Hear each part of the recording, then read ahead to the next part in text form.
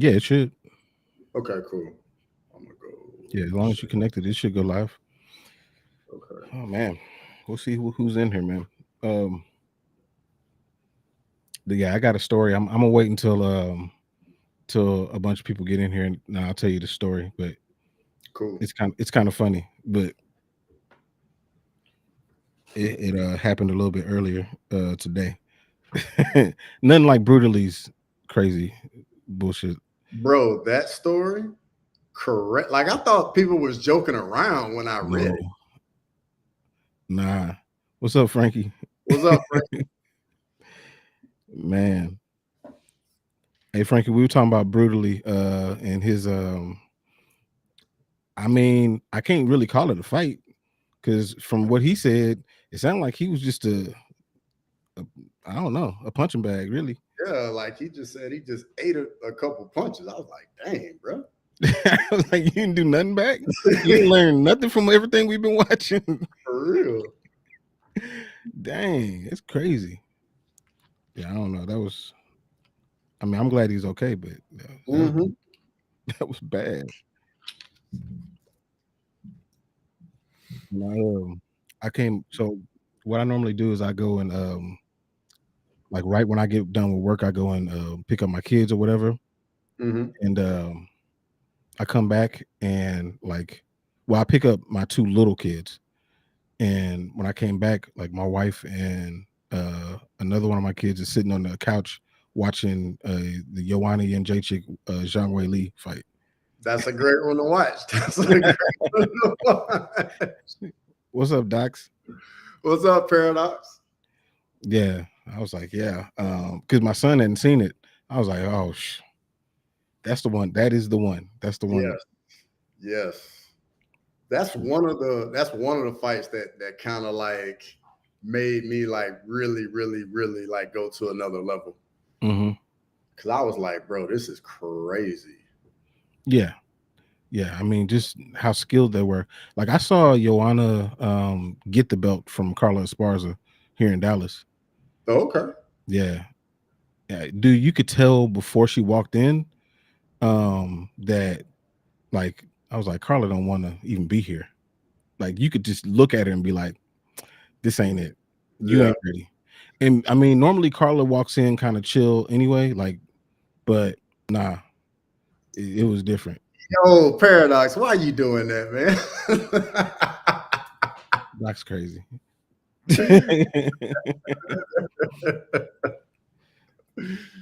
Nah, uh, nah. yo, it's Me funny. and Frankie Funny. are brothers, man. It's there's no replacing. Oh, at all, bro. I would never try to replace Frankie, dog. Docs. I owe Frankie big time. He said my But wife thinks MMA is an STD of sorts. yeah, that's funny. So it's funny you said that about Carla Esparza because I felt that same way about her when she fought Wei Li. Oh yeah, yeah, dude. And I was explaining to them. I mean, like my wife knows, but like the MMA math on that. What's up, Western? What's Like up, Wesley? the MMA math on that is so wild. So you got Rose Namajunas has beaten Zhang Wei Li twice, Yep. beat Joanna and Jacek twice, Yep. but lost to Carla Esparza twice. Twice. Yep. Carla Esparza lost to both of them in Yep. terrible fashion. Yep. Like that is literally the definition of Bad MMA math. yeah. That's the very definition of it. It's crazy. Not going to lie is painful, but I get it. Yeah, yeah. Let's see. Hmm. What was I going to ask you? Oh, so what's up, Maxwell? What's up, going on? Maxwell? So football season is about to start, right? Mm-hmm. I mean, it's already part of it's already started. Yeah, college is definitely started. Yeah. Yeah. But like who? I mean, you're from Alabama originally. Yep. So who is your like pro team? Because I mean, they ain't got no teams over there. So I mean, they got the best college team of all time. Absolutely. So I tell people this all the time. Like when you grow up in Alabama, like college football is bigger than the NFL. Yeah. So like when it comes football season, like I watch way more college football than I do NFL. Like I'll watch it, but for me, it just doesn't do it for me like college football does. So I honestly don't even really have an NFL team. I'll say this: like I started watching a little bit more once I moved, but even still, bro, like college football is where it's at for me.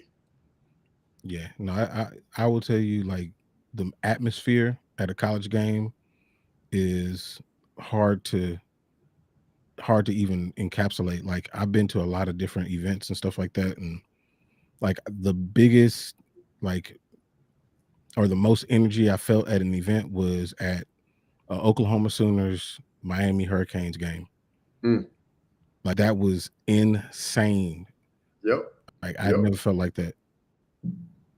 So yeah, I feel you on that. I mean, obviously, you know, I have no choice but to be a Cowboys fan. That's just what it is. I get it. I get it. I respect it. You know, but I recognize that they're not the best and they have issues. It's okay. Hey, it's gonna turn around eventually at some point. Yeah, I just hope I'm alive for it. That's all. You know. Bro, it's crazy because I remember, like I'm sure you do, when like the Cowboys and the Niners were like the thing in the 90s, bro. Like what's up, Tony? Tony, why you got to dash my dreams like that, bro? Come on, man. Let me have something. Then give me a little hope out here. God dog. But I did want to kind of talk about this fight card real quick. So Kai Borralho does what he's supposed to do and beats Jared Cannonier. And I put up a poll and y'all kind of let me know in the chat, like, if you were Jared Cannonier and you kind of see where this is going, like, okay, you know, lost to Imavov, whether it was early stoppage or not, it was going the wrong direction. I say that. But now you've lost to Kai Borralho.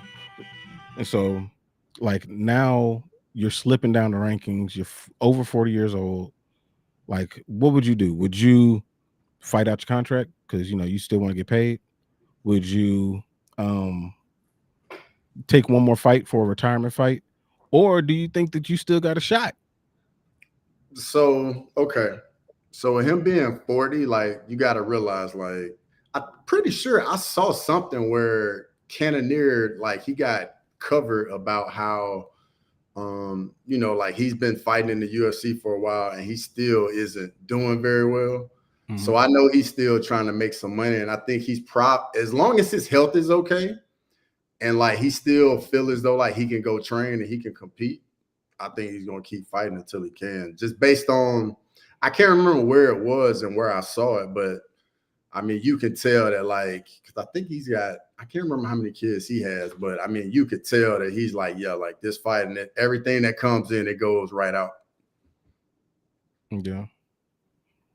As Frankie said, it's over, get paid and dip. Oh, yeah, for sure. Like he's not about to be a title contender no more, but you know, it's all about getting that paycheck now. See, Anakin said, oh, now the Jared against Costa fight would be very interesting. So if you're looking to grab some money on the way out, that's a pretty big name, a winnable fight to do it against. And that's very doable too, with Costa coming off losses as well. Yeah. So I mean, whoever wins that fight, like they can kind of jump back into a little bit of relevancy. Yo, Anakin just brought up a name that like I feel like we haven't seen in a while, Hermanson. Yeah, we haven't seen Hermanson since he beat Joe Pyfer, right? Yep. That's an interesting fight. That would be an interesting, like the third fight on a numbered card, Jared against Hermanson. Yeah. That's not bad. That's not bad. He does, you're right, Western. Like he does deserve to fight up for sure. Yeah, that makes sense for sure. I definitely agree with that. Let me see. Let me look at these rankings real quick. I mean, because I don't know, man. I know, like Jared's a professional athlete. You know, he's he lives that life, but at a certain age, man, like your body's gonna start telling you, like, bro, I don't even know if it's worth it right now to keep doing this. Yeah, like you hold on until like your mind catches up to the body, where your body's been telling you for a while, like this ain't it, this ain't it. But if mentally you still there and you all about it, then absolutely. But once like that doubt starts creeping in there, then it's time to get out. Yeah, yeah, and you know what? Like you can visibly see when the doubt starts creeping in Mhm. because they're like gun shy. Like Mhm. Tyron Woodley, like after he lost to Kamaru, like every fight after that, including the Jake Paul fights, like you could just tell he was gun shy. Yep. Like you just thinking about everything that he did before he did it, and that's what to me that's what made him lose all those fights. Yeah, and he fought them all the exact same. Just back up, back up, back up. And I'm like, what are you trying to do? It wasn't trying to win, I can tell you that.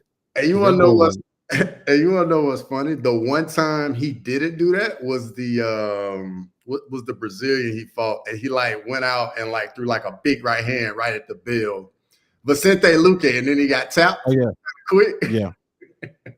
Mhm. Yeah. I wonder, do y'all think that he was actually hurt against was it against Kobe? Remember What? his ribs was hurting? Yeah, I remember that, but I think he was looking for a way out, dog. Yeah, I don't think he was hurt. Wesley says Michelle and Costa. Doesn't Michelle have a He fight got a with fight. Fluffy? Yeah, he fighting Fluffy. That's gonna be a good fight too. That's gonna be a hell of a fight. RoboCop Costa. Ooh, I like that. I like that a lot. I like that. That's violence right there. Yeah, somebody getting real hurt. Mm-hmm. I mean, even so, Michelle Pajeda he is interesting. Now I don't know. I feel like he's too wild to be champion, but maybe not. I don't know. Like I he's think a weird one. I think welterweight Michelle Pereira is wilder than middleweight Michelle Pereira. Yeah, he Like, has you less of a remember room back for in error. welterweight, this dude was doing dance routines on the way out to the cage and dance halfway through the first round. Yeah, it's true. It's true. But like the middleweight version has to be a little bit more controlled. Mm-hmm. I think Fluffy's gonna give us some problems. Same. I think Fluffy is a problem for everybody. Yeah. See what he say? Michelle versus Costa. I mean, yeah, that could happen. If he beats Fluffy, then I could see that. I could definitely see that. What age do you think fighters should stop fighting MMA? Um, I think it differs. It depends on the fighter. The Um, fighter and their size, I think that mhm, plays a part too. The bigger guys, I think, can be competitive at a high level later than the yeah, smaller guys. yeah. The smaller guys, like it's gonna end a little bit faster. I feel Mhm. like. Mhm. And then you got to think about the skill level at the lower weight classes too. Yeah, Because once a little bit of your athleticism goes, it's a wrap. yeah, and it looks so different. Like if you just are a half a second slower than you were, like it looks so different. Mm-hmm. It looks so different, and you're in there getting, you're starting to look like Tony. Yep. Oh, Michelle is fighting Fluffy Anthony Hernandez. Who wins, Fluffy or Barajo? Yeah, that's 13 versus 14. I mean, you know, Yeah, that makes sense. yeah. Fluffy should be ranked a little bit higher. I think. I definitely think so too. Ooh, Paradox says Fluffy Calbarallo. Ooh, Um, the Kyle Barajo that I just saw, I think he beats Fluffy. yeah. Bro, I think that's a war, dog. But that's a for I wasn't even that I was high on Fluffy, but not as high as I am now. Frankie got me high on him.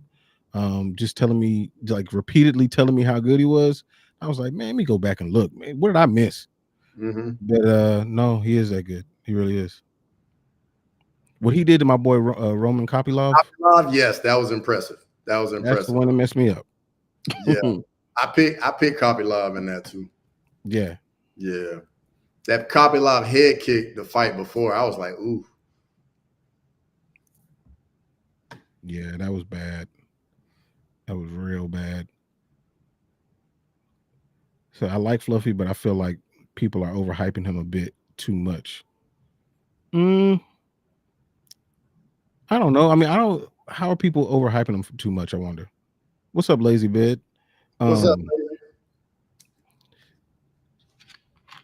if like Fluffy striking just isn't good enough, he's just a Chad with cardio and heart. Now his striking is coming along, but it's not top tier yet to kind of match his grappling game. But his grappling game is so conclusive, like it's so dangerous Mm-hmm. that it makes his striking even better. Like it's almost not to say that he's like or fights like Habib, but the same philosophy of Habib's grappling is so good it makes his striking better. Is the same thought process for him. Yeah, for me, man, Fluffy, I think what else like makes him so tough to deal with is his pressure, dude. Like, Mm-hmm. because that's really how he broke Kopylov, just that pressure, just being on him, not giving him any airspace. And I feel like it's crazy to think about that. That style is still so much a problem for so many guys to deal with. Yeah. You see his comment. Want to be beast mode clown, and then I realized who I was looking at. Love to see this kind. I'm a wannabe beast mode. That's a good one, Tom. You saw people saying that Fluffy beats DDP. Nah, I don't know about all that. Yeah, I don't know about that. I don't know about that. That might be a bit too much. At what point were you a believer in DDP? Um, Did it take the Izzy fight? no, like I believed in DDP when I saw him come out in the 4th round against Sean Strickland. That's when I started to believe. Okay. Because like for me, the only issue that I saw with him, like, yeah, he's awkward and he's weird and all that, but it works for him. My whole thing has always been his cardio.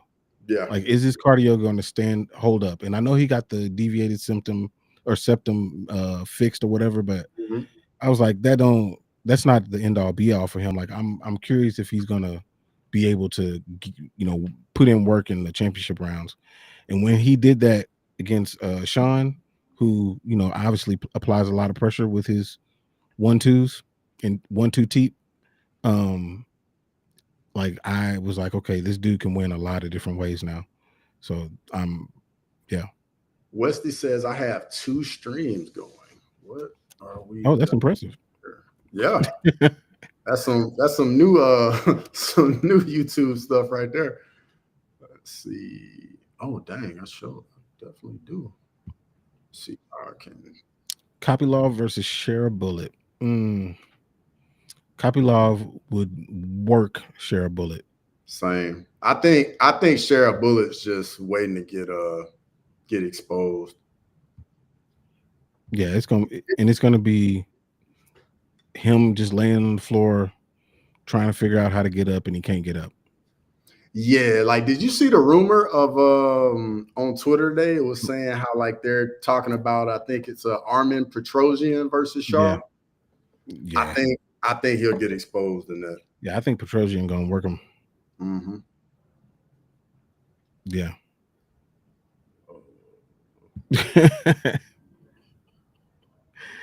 He said they're gonna do the sphere card so people can watch a 360-degree seasickness projection of Marab laying on Sean for 4 to 5 rounds. You know what I saw? I don't know if y'all saw this, but like there's a ton of open seats still, like a lot of open seats. Yeah, I saw that. I saw that today too. I think it's like is it like 2,000? Was that what I was seeing for ticket prices? It was. That's I know crazy. the original prices were 3, but like if they don't fill that thing up, they're gonna give away a lot. They're gonna have to sell them at a lower price. Like it's It's gonna be an interesting thing. Plus, they got the Canelo fight happening the same night Yep. down Yep. the street for cheaper. Yep. So I don't know how that's gonna work out. 3,000 was stupid price. This ain't the Super Bowl. Like that's idiot prices, man. Yeah, pure craziness. For real.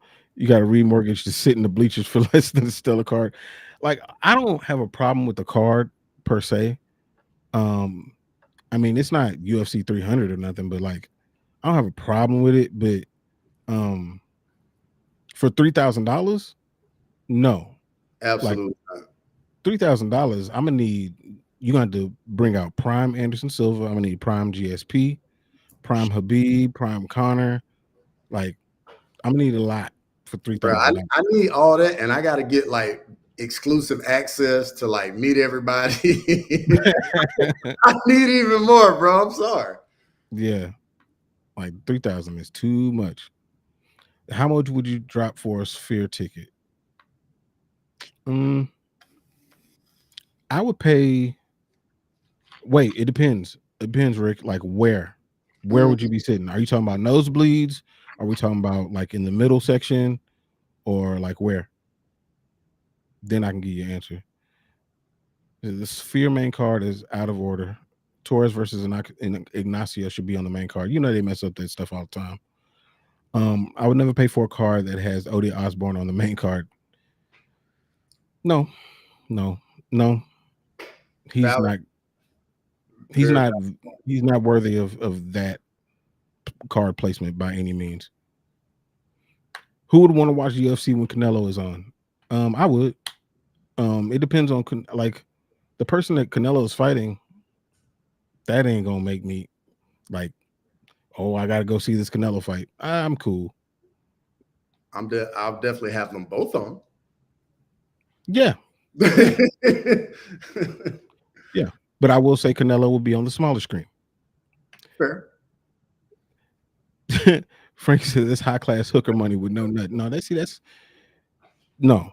If you're gonna pay that kind of money, like you gonna have to finish. $3,000? Nah, bro. In today's money, No, no, absolutely not. Absolutely not. I don't know. I'm excited for that one. I think we're gonna do. Me and Frank are gonna do a watch along for that one. okay. So that one should be interesting. Now, if it was Crawford Canelo, Anakin, I'm with you on that. Now, I would okay, definitely watch that. Absolutely. Crawford Canelo. Yes, yes, I would. I would still double stream it, but Crawford and Canelo would be on the big screen. Facts. Is it who you want to see get the next shot at Bilal, and what kind of matchups do you want to see from the rest of the contenders at 170? Shavkat, JDM, Leon, Usman, Gary, etc. That's a good question. So for me, I'll say I want to see Shavkat Bilal. That's to me, that's a no-brainer. Timelines match up. It's Shavkat deserves it. He's got hype. Bilal needs a excellent B side, if you want to call him a B side. I think that's good. I want to see JDM against Leon. No. I want to see Leon against Gary. And then for JDM, it just depends on whether he's healthy or not. For Usman, I don't care what Usman does, to be honest. I really don't. I feel like he's on his way out. He's only got, a few steps left in his knees. So I don't, and I love Kamaru Usman, but I think it's past the time for him. Yeah, so I'm all the way with you on that. I think Shavkat should definitely get the title fight with Bilal. Leon, Ian, Gary, I'm completely on board with that. And I think Usman should fight JDM. Maybe. You know what? Like the way that Usman would win that fight is takedowns, and I don't know if his knees can take it. True. I don't know if he can get back up on his own. And let me ask you this: if let's say hypothetically you make JDM Usman, is that a 5-round fight? It's got to be. I think it should. Like when you have like title eliminator, title contender fights, I feel like they should all be 5 rounds. Dude, like what I said, you brought up in your last stream about the idea that you had if you were UFC president. The idea that I had was I think that any fight that's in the top 5, like if there's a fighter that's in the top 5 that's in that fight, the fight should be 5 rounds. Like they had to figure out how to do it, you know, whether it's the co-main or whatever. I mean, and they should be fighting that high on the card. If they're, you know, somebody's a top 5 fighter, it should be 5 rounds. Yeah, I like that too. See, he said with the sphere, the levels don't matter as much. 100 is the worst though because obstructive views. It's really all about being in the center rather than the sides. That's interesting. Like I don't think I've even seen anything that really kind of details how the sphere looks inside. I've seen like little clips, but like I want to see. Hopefully, they're making like a behind the scenes of it or something. I'm really interested to see like the inner makings of what that sphere is like because that's crazy. Something that I thought about when it came to this is, you know, it's like an amphitheater, right? Yeah. So where they're fighting it, I'm just curious what like the audio would be like, because I feel like you're probably going to be able to hear, if you're a fan, you're going to be able to hear like maybe not quite the apex, because everything in there is built to like push the sound directly to you. You know what I mean? That's true. That's true. I don't know. I'm really curious how they're gonna make that thing work. Perfect Speller, you got the dopest name. I love that.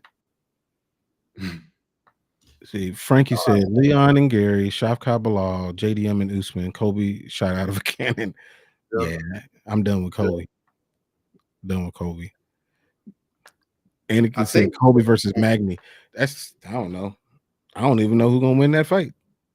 Kobe versus Magny. That fight, both of them look like trash right now. I mean, as they should at this age, I guess. But man, I don't know. Does Kobe just look like he didn't even want to fight? Like he don't do this no more. Yeah, I don't like that. Didn't even look like Kobe in the Leon fight at all.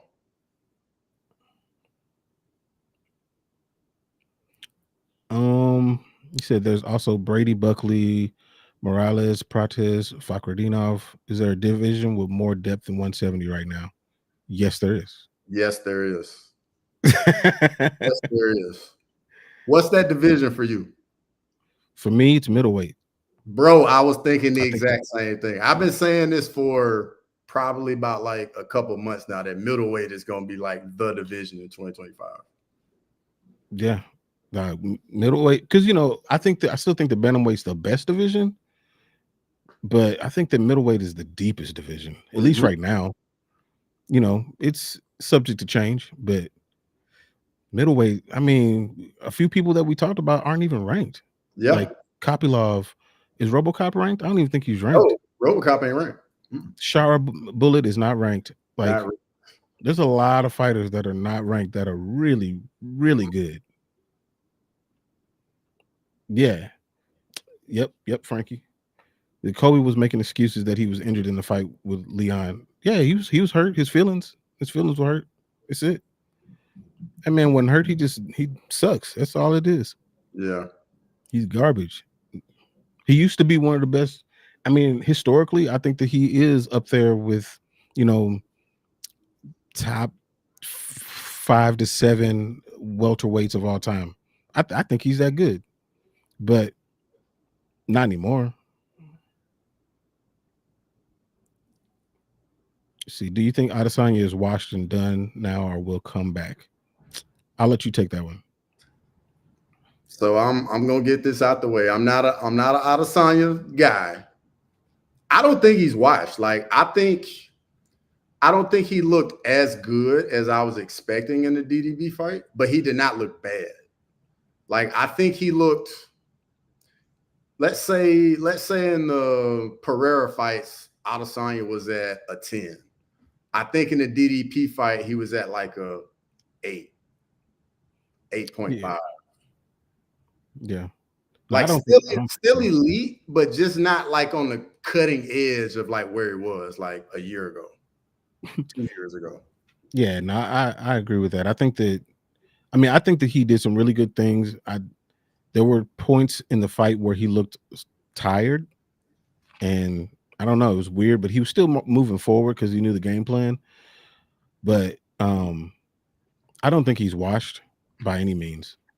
Um, but I don't think he has the right tools to be able to beat DDP. Yeah. It just because the one thing that he's missing is a threat on the ground. Hold up, let me see. Appreciate that, Tom. Um, Anakin said, "I think Izzy can win against an up and comer. He can beat a lot of up and comers. He can Yeah. beat a lot of people in the top five." Yep. Yep. Western said the bantamweights are all gay. That's not true. There might be some, but it's not true. Not all of them. Oh, Walter Polk Jr. Speaking of injuries, Poton said Izzy looked like he may have been injured. Izzy leaned into the comment, any meeting on that bone? No. Yeah. I Yeah. don't think so. I'm not I don't putting think so. anything in that either. Just because like the man was off for a year. So even if he had like a major injury, that's long enough time to come back from it. Yeah, nah, I'm not buying it. I'm not buying it. And I think that that's Alex Pajeda is he's just a nice guy. Mm-hmm. And I think that he respects Izzy, and I think that he was trying to help him save face. But nah, I ain't buying it. I ain't buying it at all. DDP does that though. The constant forward pressure is what makes him so tough to deal with. That's true. Yep. That's absolutely true. Yep. Let's see, Kevin Lee's gonna come out of retirement and make a run soon. To man, Kevin Lee. Once he got that head tattoo, it was over. That head tattoo is so dumb. That is one of the dumbest tattoos. And I've seen some dumb ones. We saw Dan Hooker. We've seen Jamal Hill's hamburger hands, his hamburger Bruh. helper hands. Bro, what is that tattoo on Jamal Hill, bro?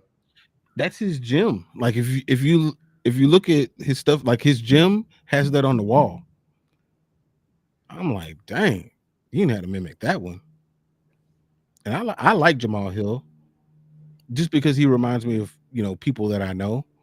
But Mm-hmm. that tattoo ain't it. Yeah. Yeah. That ain't it. Yeah. His ability to get back on the feet, he doesn't necessarily need to be a threat on the ground. Yeah, he do. He can get up. He can get up. But if you get up and then you get dragged back down, and then you get up and you get dragged back down, eventually you're gonna get tired. If there's Yep. no threat to him, to DDP or anybody keep continuing to do that, we saw that with the Jan Blachowicz fight. If somebody continues to do that, they can still win the fight. Even if you struggle back to your feet, that means you're not putting forth any offense. You're only working defensively, and you cannot win a fight defensively. That ain't enough.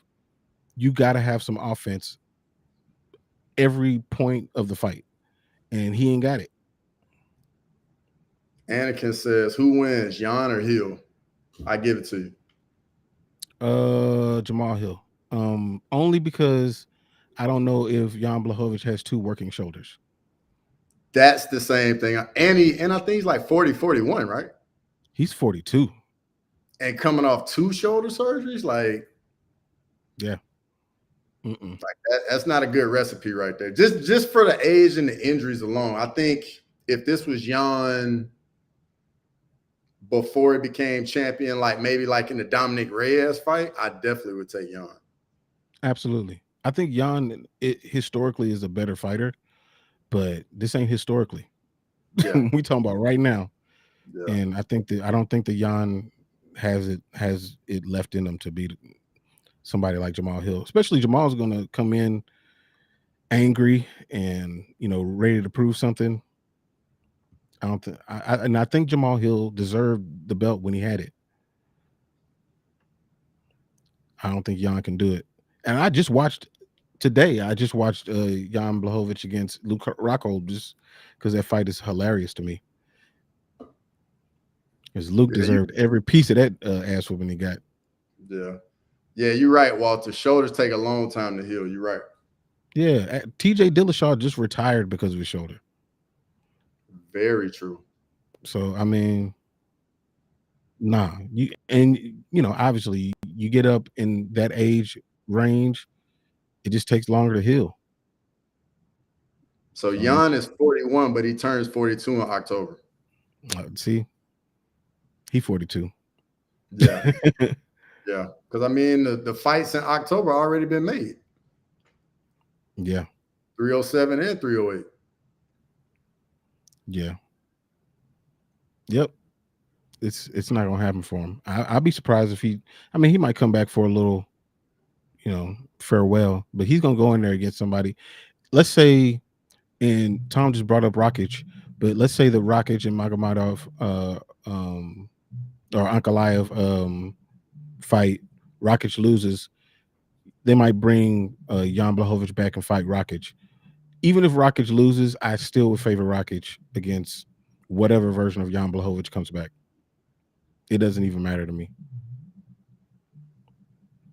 Yeah. Yeah. Coming back Oh yeah, from that rope thing. coming back No, from they're talking those about that age is crazy. It is. They're talking about that rope thing with Jan Blachowicz. That was weird. That was weird. Did you see that when he was walking through the forest and like there was somebody hanging there or something like that? Nah, I Like haven't seen it was wild. It was a wild situation. Let's see. Izzy made fantastic reads against DDP's kicks. Izzy's good timing. I had him winning up until he lost. DDP's grappling is all right. Okay. Izzy is worse. Give Izzy Kyle or Shire Bullet. Shire Bullet, that's too high of a jump. Yeah. Yeah, Dan Hooker doesn't have enough tats, in my opinion. Bro, you want him to get his eyeballs tattooed, man? I know, man. He said that he didn't even think his tattoos out. He just went and it was on impulse. I was like, nah, you need to start thinking that stuff out, bro. Oh, that's crazy. Do you think DDP can beat the grappler heavy fighters at 185? I think he's going to struggle, man. I think that's when he finally gets to struggle. I got a question for you. Yeah. With Dana coming out saying Strickland's gonna get the next title fight at 185, do you believe that, or do you think something else is gonna happen? I actually do believe it. I don't see anybody of financial relevance that should jump him. Like if it were a situation where we were here and Izzy was waiting in the wings, then Izzy could jump him. But there has to be somebody of financial relevance to jump Strickland. Because Strickland does deserve the shot. I think there's one guy. Hamzat. Bro, if he beats I'm saying hypothetically, like he goes out there and mauls Whitaker. Yeah, he's gonna have to maul him. If he mauls him, if he beats Whitaker in the first round, yeah, then we have a conversation. Then we might have a conversation. But I will say that the UFC, I think that they are still tentative on having Hamzat be champion because of his limitations on where he can fight. True, but there's a caveat to that. You got to remember, there's 2 cards that go to Abu Dhabi now, and there's another card that goes to Saudi Arabia. So that's 3 Middle Eastern cards a year now. True. It's possible. It's possible. I'm curious if he can fight in South Africa. And if he can fight in Australia. Because if he can fight in those places, then they don't ever need to bring him back. True. It's possible. How does the tattoo economy work in MMA? Are they getting them for free because the artists are friends? Fans work out of the games? I don't know, dude. Like, it depends on, like, there's certain people whose tattoos look amazing. Like, there's a lot of Brazilian fighters whose tattoos look insanely good. Like Charles Oliveira's family tattoos on his chest look amazing. Jessica Andrade's tattoo on the shoulder with the Indian headdress or Native American headdress. Like that looks amazing.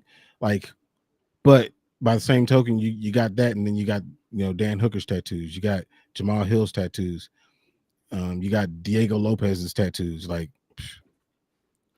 what's up, Shell? Appreciate it, Frankie. Let's see. No Chill says Sean has never did what Hamzat does to anyone in his entire career. That's true. Yep. That's true. But how long ago was that Hamzat did that? Valid point. Valid. What's up, DAJ? DJ AJJ. It's a lot of AJs. Mad Cracker Lonography. Prediction for Fluffy. Man. I actually think that fight would be more interesting than most people would. Only because it is the classic. Elkins. The damage. Yuck. But I think that's the classic striker versus grappler situation, and Fluffy has a lot of pressure. Alex likes to fight going forward. He doesn't really like to fight going backwards. Michelle. That's Michelle Pereira. Oh, I'm thinking about Alex Pereira. Yeah. For that one, I think I'm taking Fluffy, dude. Yeah. Yeah. That's kind of how I'm leaning too. Just me think. I feel like that fight is crazy because with Michelle Pereira, like, how do you put pressure on him? Because this dude moves so much and is so explosive. You know what I mean? Yeah. Yeah, it's true. That's true. I don't know, but like you mentioned earlier, like since he's moved up, his size advantage is very, very different now. He doesn't have that like he used to. So I don't know, man. I think Fluffy might bottle him up. Yeah. Bilal said he would go up and slap Dricus. Bilal beats Dricus, but doesn't. Bilal ain't beating no Dricus. It ain't. Because Dricus ain't gonna let him implement that game of just being on the front foot, putting pressure on him. Yeah. Hey, everybody that came in and rated from ITP, I sure appreciate y'all. Make sure y'all like the stream, subscribe to Making the Walk and Crossover MMA. We definitely appreciate it. What's up, Tyra? Yeah. Let's see. Do you think 2 wins at 185 over welterweight and Whitaker is really worthy of a title shot for Hamzat, especially considering he's proven himself unreliable and can't fight in most countries on earth? I mean, it's a great point. And all of that's valid. But beating Robert Whitaker does help you quite a bit, especially if he beats him in impressive fashion. I think a lot of it's going to have to do with how he beats him. If he beats him, you can't just squeak by on a decision. Like if he beats him the way he won against Gilbert, I don't think he gets a title shot. I think he has to fight another top 5 fighter. Gotcha. So to respond to Tom, I'll say this: the last person to beat Robert Whitaker got a title shot. True. DDP. And then on top of it, like Hamzat moves the needle. Like regardless, he's unreliable, may pull out of the fight. The fact remains, if the guy fights, like people are going to tune in and watch. True. And then on top of it, they've been wanting to get him in a title fight for a while now. Like they had it all, they had it all teed up for him at 279 against Diaz when he missed weight. He beats that and he's fighting for the welterweight title. Yep. Yeah, if things fell right for him, he could have already been challenging for champ status. They liked him that much. But he got too much shit going on. He can't stay healthy. Or break out in hives. Like, yeah. All the bad things happen to him. All of them. Hey, appreciate that, Mad Cracker. Yeah, we were just talking about that, about what Fluffy did to Kopylov. Yep, yep. Like, I mean, he mauled him. Like, and I was definitely going for Kopylov. Like, I had a video, man, a while back that I did with my friend E. Spencer Kite. He writes for UFC.com, and Kopylov was a person that we talked about as far as like an up and comer that can make some Mm-hmm. noise in the division. So I was very, very on him. But Fluffy shut all that shit down. All Yeah, of it. I thought Kopilov's takedown defense was going to be better since he went and trained in Dagestan for a little while, Yeah, and his yeah, striking to me, like I really like Kopilov's striking. yeah, for real.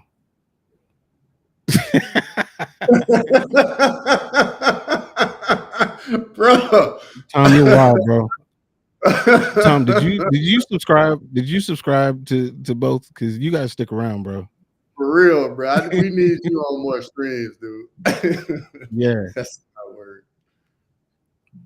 Oh no. Okay. Wings of Heart problems. Okay, this is interesting. He said, "I want Chris Curtis to shut Buckley's loud ass again, acting like he wasn't sitting outside the rankings for the longest time." It's true. It's true. Chris Curtis is my guy. Like that's my boy. Like me and him connected like personally. Like he's a good dude, but he does say a lot sometimes. So I do think that would be interesting. But Buckley got Wonder Boy in the brain, and he's trying to move up towards that belt. But Frankie, you were right. You did say Fluffy would drown him. That he would beat Kopylov. You were right about that for sure. But I was right when I said that Khalil Roundtree was going to get a title shot. You said I that, did say that. I said bro. that. Yeah. Let me hold that rabbit's foot you got over there, bro. Nobody saw that coming, Bruh. Like the reason that I said it was because after the Anthony Smith fight, he mentioned it. He called him out, and I said, you know what? If things fall right, there's a lot of people in that top 5 area that the UFC don't really like that. True. So, and that him against Khalil will be a striking fight. It's gonna be on the feet. So I was like, I can see it. I could definitely see it, and I think it's gonna happen. I Sure think enough. Islam getting hurt and not being able to fight in Abu Dhabi and forcing the UFC to move Ilya Max to Abu Dhabi and then 307 kind of being like open. I think that had so much to do with it. It did. It really did, because they could not do 307 and have god dang Raquel Pennington against Juliana Juliana Pena. Pena. Yeah. Oh, Yeah. yuck. I do not like Juliana Pena. I don't like her. He did laugh at me when I said it too. Like, yeah, out loud. He laughed at me. But I was right.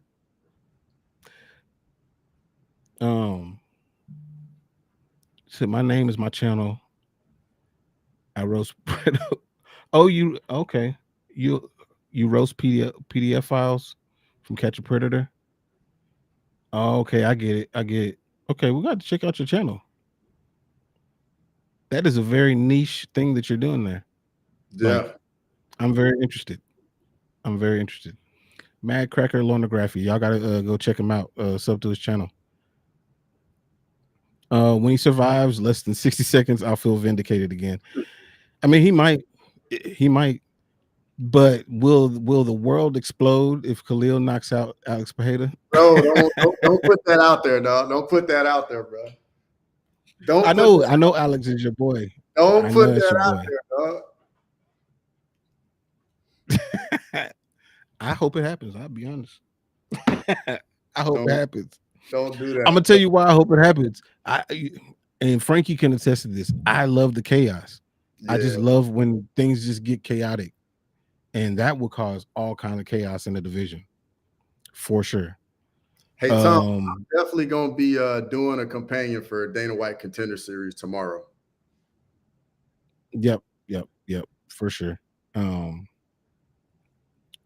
Thoughts on Friday's PFL? Whoa, Kershaw, you tripping? I'm not thinking about it. Like, no.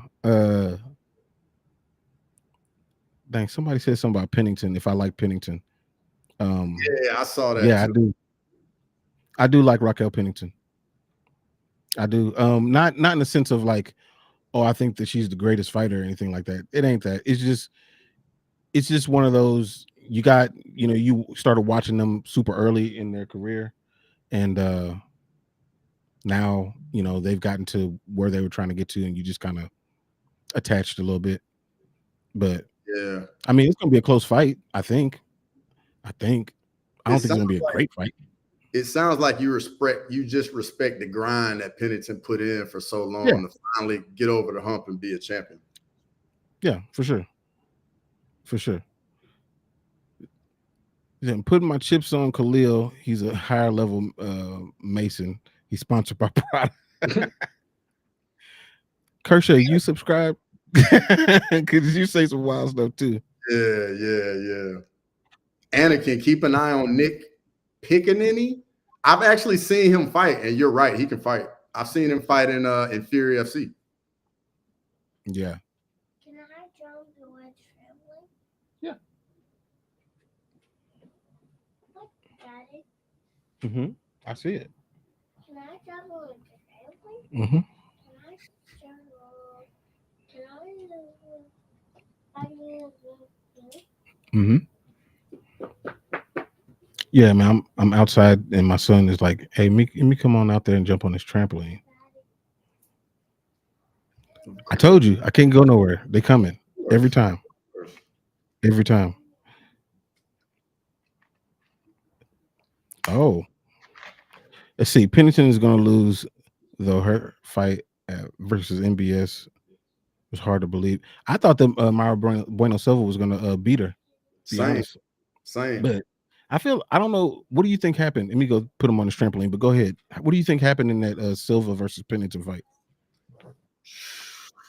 Man, I don't know about you guys, but watching that one, it was to me, it looked like Mara Bueno Silva was she was gassed in like the second, third round. It just wasn't doing anything, just living in the clinch. But I don't know. Let's see, where were we at? Let's see. Peyton Talbot is one of my favorite prospects. I like Peyton Talbot a lot too. The striking is very crisp, very crisp. Khalil taking the title. We're going to see, Matthew. I mean, that fight's got to be more competitive than the last 3 light heavyweight title fights. Heavyweight, Charles Singh, Alex smokes Khalil. Mike. Yeah, I'm on the phone. Khalil takes the title. Poatan goes to heavy and loses to Aspinall. That's interesting. You gonna come over here? Pennington isn't good, but it's Pennington. Yeah, I'm with you on that, Frankie. 100%.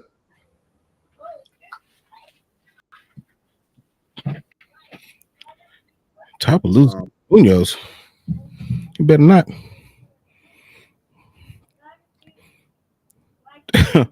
Okay, Docs. So Frankie, there's 4 women's MMA fighters that are good. Which 4? I'm not saying that there's 4 because I think that there's far more. I like women's MMA. I'm one of the few.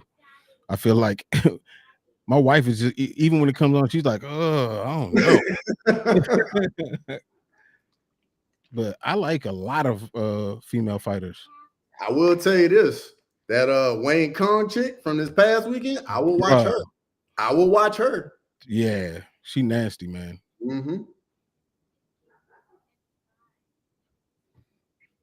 I like watching Wei Lee too. Zhang Weili is dope. I liked Joanna when she was there, but I like Natalia Silva. Yeah. I thought Marina Rodriguez was gonna make a little run there for a second, but I was very off base with that. Your wife is more than you are. She hard on them women, man. I'm like, man, come on. Like the Angela Hill and Tabitha Ricci fight. That was a good fight.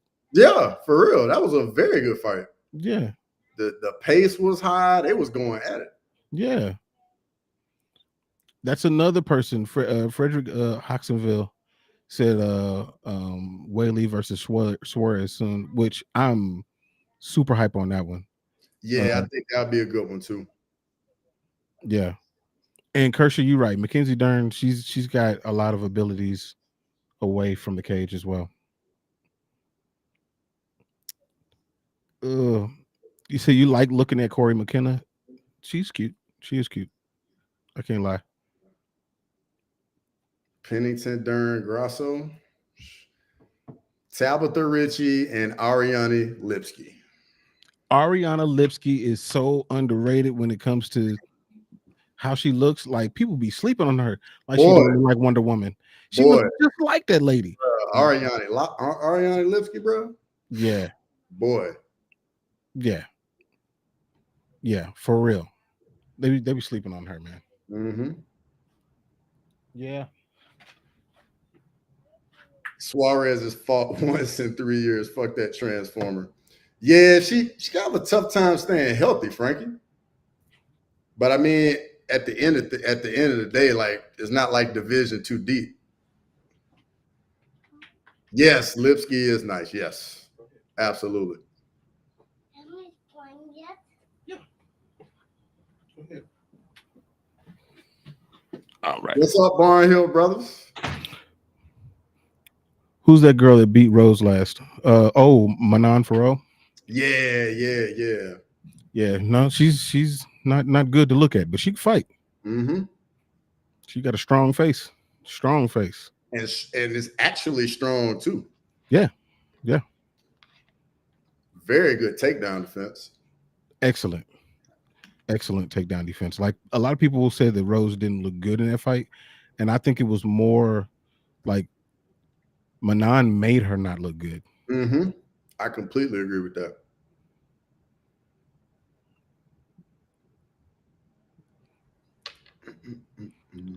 Oh, you're talking about Dakota, young Dakota. Is it Dechev? How do you say her last name? Decheva. I wasn't even gonna try to say it.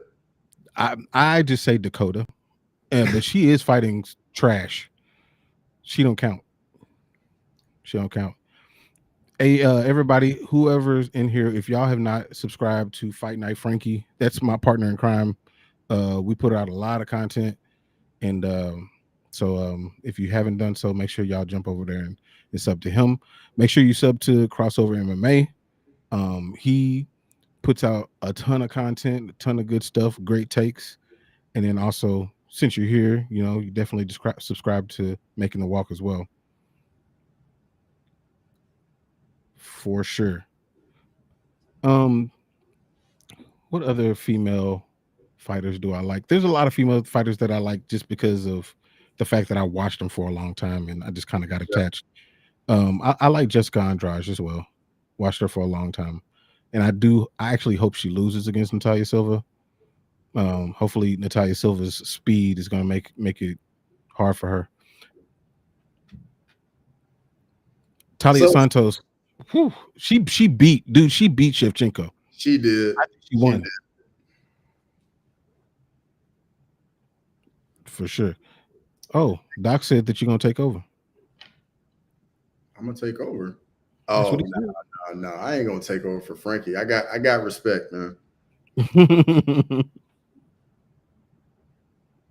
Frankie, my guy. Do you think if Kayla Harrison becomes champion, Nunes comes back? Because I saw on DC and Shell's little show they were talking about that. Nah, I don't think so. I mean, like, honestly, what would be the benefit? Like, sure, it's a a decent fight, but I mean, she beats her, and then what? She gets back a belt that she already had. I mean, and then she what? she can't go no higher in the GOAT conversation. I mean, it's her and everybody else. So true. But I also think that Kayla Harrison can motivate Amanda Nunes to train and come back for a fight. I don't think anybody else can do that. maybe. But I don't know. I think that I think the cooler heads will prevent that. I don't think that she wants to do that.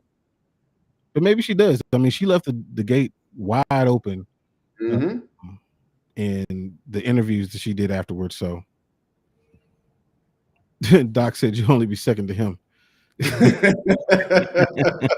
Hey, that's such a paradox comment, by the way. It is. It is. Yeah, she did say she would, Frederick. But I don't believe her. I think she's chilling. I think she's happy. Kershaw said, I don't know why people don't like women's MMA so much. They go hard as fuck. Of course, not as based as or bossed as the men, but generally go 100 the whole fight. It's true, man. They do what they can. Like, they're not gonna have as many finishes unless it's just absolute killers out there, you know, Nunes and Cyborg and stuff like that. But you know, they put in a lot of work and they're super skilled. So I give them a lot of credit. What's up, CG? Lane said Kayla is a walking W. She is. Yes, absolutely. Bruh, she's too big and just too strong for those girls at bantamweight. Man, but they're gonna watch a lot of Larissa Pacheco film before that fight to figure out how Pacheco did it. True, but you got to think Pacheco's a big girl too. She is, and she could hold her ground and she could stay on her feet and grapple with Kayla Harrison. There's nobody in women's bantamweight that can do that. Nah. Nah, it's not. It's not. Dude, Tom, so you said something. You said you're not gonna lie, RC left a bad taste in your mouth when it came to non-fighter commentating in MMA, but you two are top notch. I've had enough casual takes on everything. So when RC and DC got put together, like I was like, I know, like I've seen Ryan Clark throughout his entire career. I'm a person who watched the Pivot podcast as soon as it came up, so I know who Ryan Clark is. And when he came into the space, I was super skeptical, but the way that he approached it as being a person who deferred to DC when it came to a lot of knowledge, and also saying that, hey, I don't know everything. I don't know, you know, a lot of the history when it comes to, you know, if somebody brings up, you know, Mauricio Shogun Hua or Ninja Hua or Mirko Krokop, he don't know those people like that. But the fact that he was honest about it, like I could appreciate that. That's why I liked when he was on there. Yeah, like I like RC's viewpoint. I mean, someone that didn't come up in the game, but just like viewed it from afar, from like an athlete. And I kind of have like a little similar background. That's how I look at MMA. Mm-hmm. And I mean, dude just fell in love with the sport, just like all of us in here, you know? Yeah. So I appreciated what he was doing and how he did it. Since Chael came on the show, and I follow Chael, I always followed Chael. I actually don't like the chemistry. I don't like it. I stopped watching. I can see that. And what's up, Chris Gray? I see you, by the way. You didn't see this duo happening. I don't see why not. I don't see why not.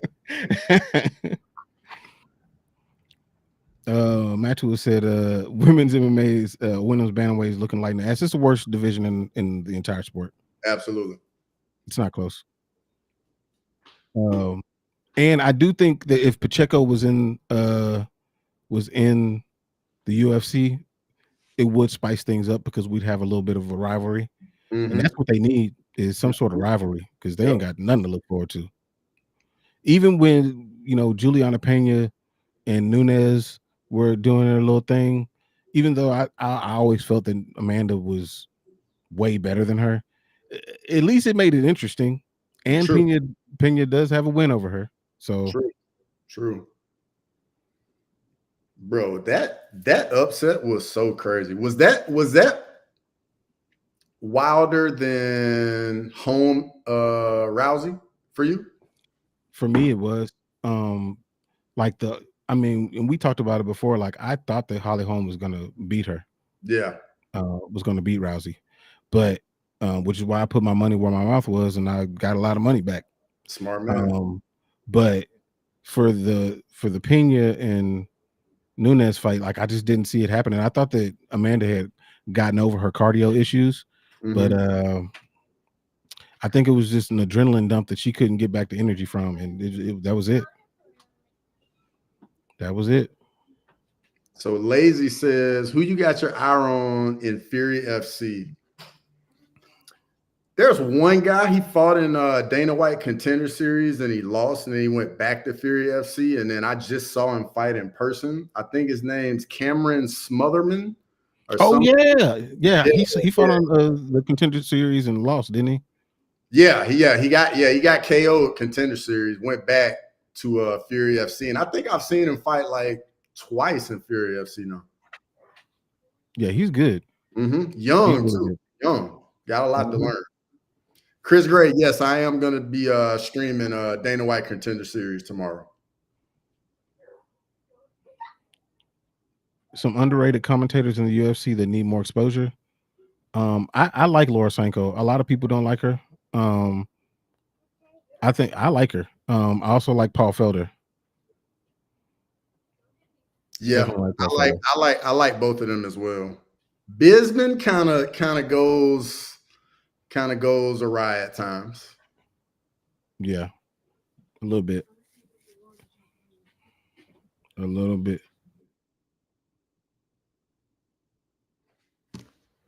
Let's see. Oh, you got to get your alarm game up, CG. You can't be sleeping through your alarms, bro. That's like one of my worst fears. What, sleeping through your alarm? Yeah, man, it's a real thing, like legit fear. Like I'm one of those people. I set like a bunch of them, like 5-10 minutes from one another. See, my wife does that, and so like, I set one alarm, and I get my ass up. Yeah, give me a second. I'll be right back. Yeah. Let's see. Match with Laura. Laura is dope for sure. Absolutely, man. I think she is at least. Frankie said Pena, and after watching her highlights, who could blame her? Yeah. Um, Laura is top 3, and that's saying something about the state of UFC commentary now. Um, you know what? You know how you can learn to appreciate UFC commentary is go and watch other organizations commentary. Mm-hmm. Then Mm-hmm. come back to the UFC, and then you'll be like, you know what? They're not that bad. They're not that bad. I watched Brave over the weekend, Mm-hmm. and bruh, nah, that is definitely not it. No, Their commentary was trash. dude, I'm gonna tell you something I'll be watching sometimes is Brazil has this channel called like the Combat Channel, Uh-huh. and it's like just fights 24 hours a day, dog. And Dang. like I'll put it on and just mute the Portuguese and just be watching the fights. Have you somebody from that channel like make their way to the UFC? Not I haven't, but the thing is, like they'll show like one championship, UFC, like they show a lot of different things. It's interesting. Yeah, no, I can probably find it on my little Fire Stick. Mm-hmm. I don't know how everybody doesn't have one of those. Yeah, it should. Everybody Mhm. should. Yep. Um. Oh, Matt Cracker said he likes Bisping. Bisping is okay. He's okay. I don't know. He's definitely very corporate now. I liked him when he was a little more of a loose cannon. So I wish they would call Paul and Bisping by their nicknames. The Irish Dragon is too long. Lane, that's it. That's it, Lane. Yeah, Combate. Okay, yeah. Combate that's Global. it right there, bro. Okay. Yeah, no, I'm familiar with it. I just haven't watched it like that. But I'm familiar with it. I need to check that out for sure. Yeah, it's legit. Did you see what Tom said? Tom said thoughts on Laura commentating and also being a ring card girl between rounds. You know what? Fiscally, that's actually a great idea because that's saving one salary. That's saving, a head count. So from HR standpoint, I think they would be all in favor of it. That sounds like double champ status to me. That's champ. That's champ. Mm-hmm. Yeah. Dean Thomas is better than DC and should be in the booth. They should switch jobs. I do like Dean Thomas too. I do like Dean Thomas. I like Dean Thomas where he is. I like Dean Thomas, but I feel like they could use him a little bit more because the thing about Dean Thomas is because he's funny. He's hilarious. Yeah. And I feel like they can't really have that as far as the commentating part, not too much, even though he definitely knows what he's talking about.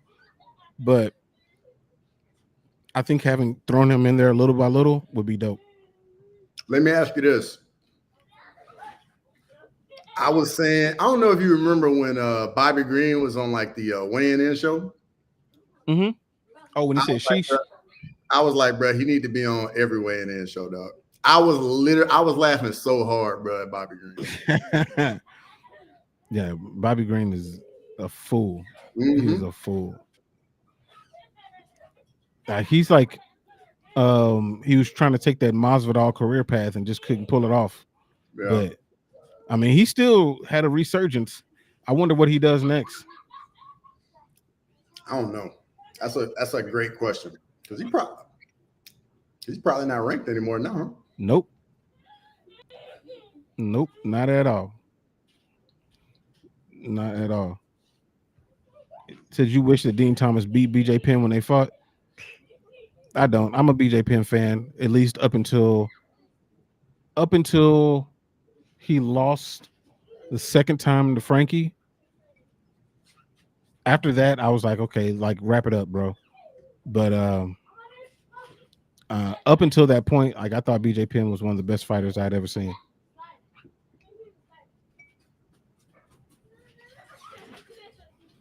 Bobby is a liability, laughing out loud. Yes, he is, and that's why he's must-see TV. It is. It's true. It's true. I mean, bro, it's the UFC. We need liabilities on to be viewed. Mm-hmm. Yeah. I mean, Conor was a liability every time he touched the microphone. You know what he was going to say. True. Walter says, Bobby Green, rest in peace. Yeah, Jalen Turner took everything he had, dog. Yeah. Yeah, that might have been it for him, man. Mm-hmm. I mean, he beat Jim Miller, but Jim Miller's, he fought at 100, 200, and 300. That makes you old. So yeah. Kept throwing that head kick that wasn't really landing and getting took down. Yeah. Can't spam stuff in the UFC and think it's not going to work against you. It's going to work against you every time. Hey, what did you think about the featherweight that won the Ultimate Fighter? Oh, this past weekend? Yeah. Bro, that left hook was brutal. But I liked him. Like his striking looked very good. Like kept dude on the end of his punches, used his reach very well, the leg kicks. And then when Buddy got in that phone booth, he clipped him with that left hook. It was beautiful, dog. Like at no point in that fight did it look like that dude had a chance at all. Mm-hmm.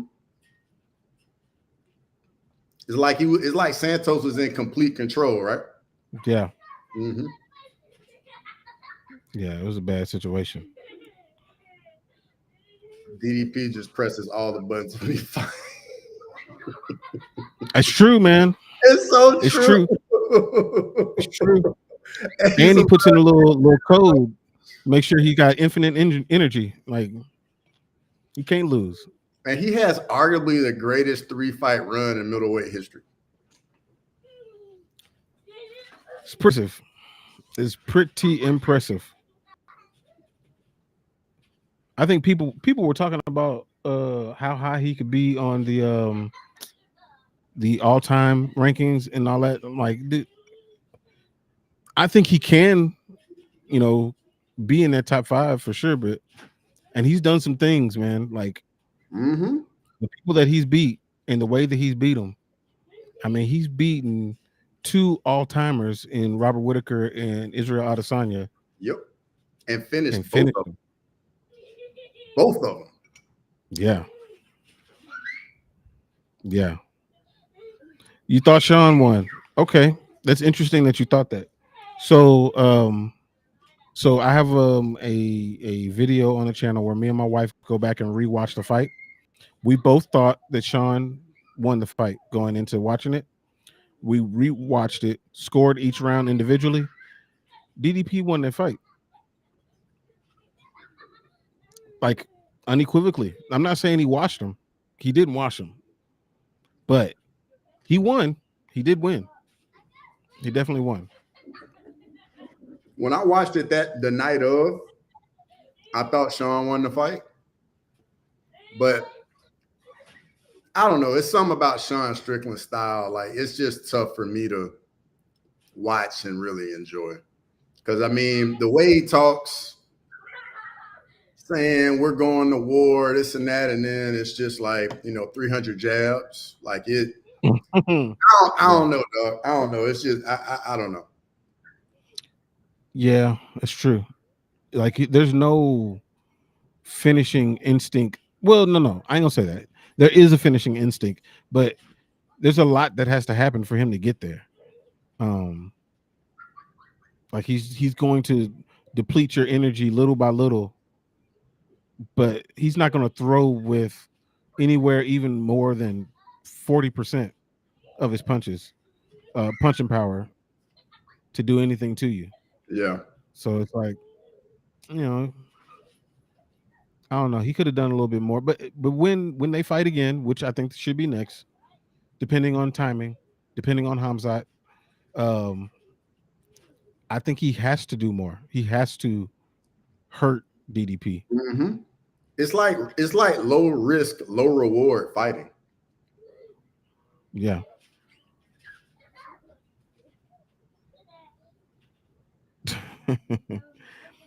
So he said, Hills or Madcracker said, I'll say I wasn't mad at whoever won, but yeah, I see how I watched it and I thought it, but then again, I wasn't happy with his performance. Yeah. I mean, a lot of it when you go into these fights, and everybody knows that. Everybody in this chat knows this. When you go into these fights and you have a person that you're leaning towards, you're going to look for every reason to give them a plus on the ledger in your mind when it comes to what they do in the round. You're just going to do it without even trying to do it. You're just going to. So when you go back and look at it and try to look at it without that bias, you have a clear depiction of how that fight went. And I was going into the fight and I wanted Sean to win. And afterwards I was like, dang, I think he got robbed. But then I watched it again. No, he didn't get robbed. Yeah, I'm kind of like that too. I had to figure that out. And it took the Sean O'Malley Peter Yan fight for me. So when I was watching it live, I was like, oh yeah, Yan got robbed. I'm not gonna say robbed, but he was on the wrong side of a decision in my opinion. Mm-hmm. But then I went back and watched it, like looking to see if Sean won the fight. And I was like, yeah, I can see how Sean would have got the decision. Yeah, because after that fight, I was going for Sean,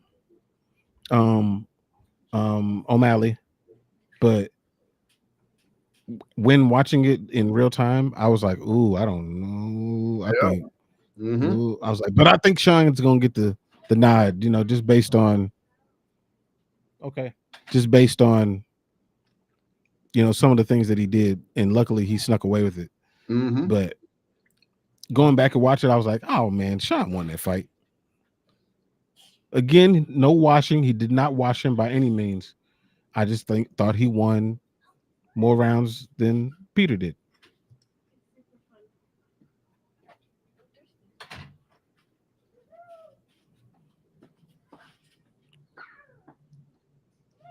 Yeah, Sean did hurt him, but Yeah, I heard Jan him hurt. too.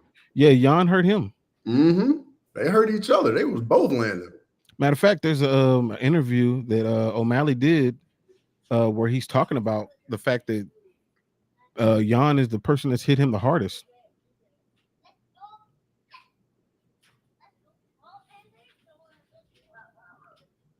That's the way it goes. Let's What's see been the again. I got another question for you. What's been the Yeah, second best card of the year so far? the second best. Mm-hmm. Mm, I'm assuming you think 300 was the best. I think so. I think so. Like 299 was pretty good. Yeah, it was. Um, man, you know what? Like this might be an odd pick, but I kind of think UFC St. Louis might be the best card of the year. That was Like Buckley. UFC St. Louis was really good. Let me see. Let me look at the card.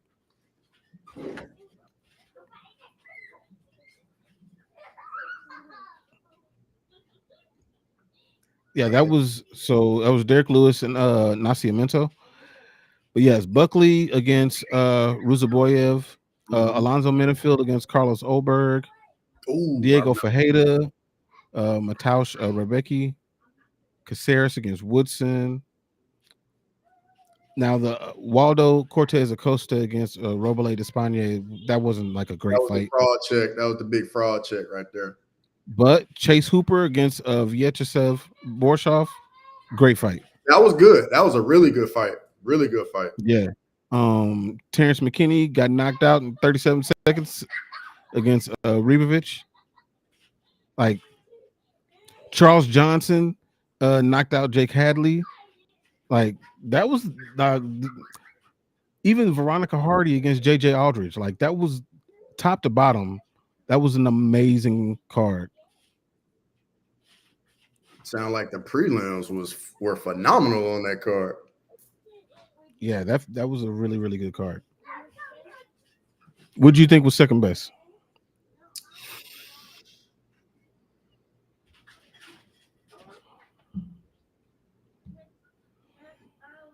I probably would lean 299. 299 was solid. It was very, very solid. Very, very. Let me see who was on 299. That was O'Malley, Cheeto, Dustin, Didi, the French guy, Benoit Oh, Saint Benoit Denis. Saint Denis. Yep. Yeah. Peter Yan, Song Yadong, JDM, Gilbert Burns. Yep. Yeah, it was good. Curtis Blades against Almeida, which I loved it. I love seeing Johnson Almeida get knocked out. I'm not a fan at all. Do you think he should be at 205? I think you Yes. said that, actually. Yes. If he goes to 205, then I'll become a fan again. But at heavyweight, I'm not a fan. Mm. I'm not a fan at all. 299 was really solid. Really solid. Did 300 live up to the hype for you? It did. Just because I'm looking at it like this. First off, I was very much looking forward to Alex Jamal Hill. I was very much looking forward to that. What was the other fight? 300. It was the Diego Lopez. Sodiq Yussef. That fight, that finish was good, and then the Rockets Yuri fight, bro. Oh yeah, that was really good. Fight was. I love that fight. Love that fight. Yeah, that was a great fight. That was a really good fight. There was just so much that went into that card, and it got hyped so much. That's really my only downfall with that card was just the amount of hype that he put behind it. Like I understood, that it was a seminal card, it was important, but I feel like, and this is what I was telling Frankie, was that what they should have done instead of saying this card is going to be the most amazing card that we've ever seen, What they should have been doing is celebrating the UFC. You know Yeah. how when the NFL reaches 100 years, they're like, we're going to celebrate the NFL, and they're going to bring up all these old, amazing things that have happened throughout those 100 years. I feel like they should have celebrated things that way. That Yeah. way, it wouldn't have been so much pressure on the card. Now, the card was amazing, but what if it wasn't? What if it was 10 straight decisions? I think the matchmaking knew what they were doing for 300. They made it work.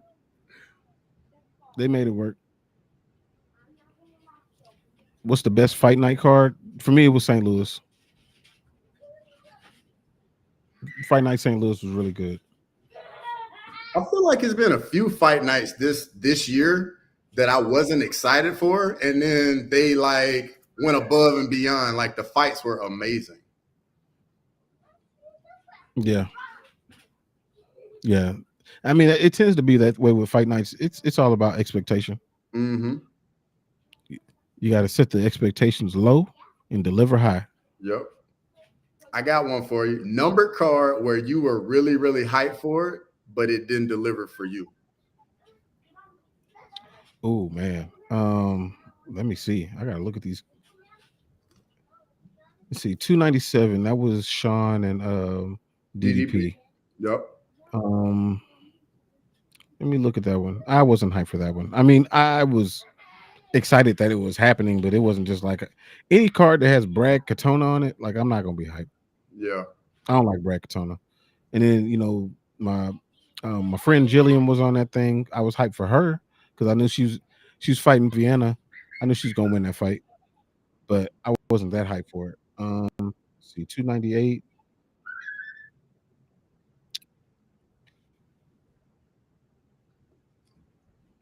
Bro, this past weekend was amazing too. Now it really was.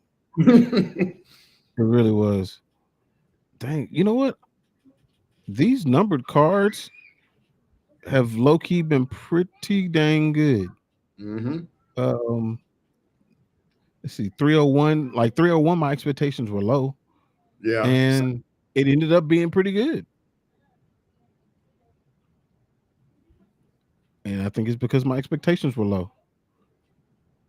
Let's see, 302.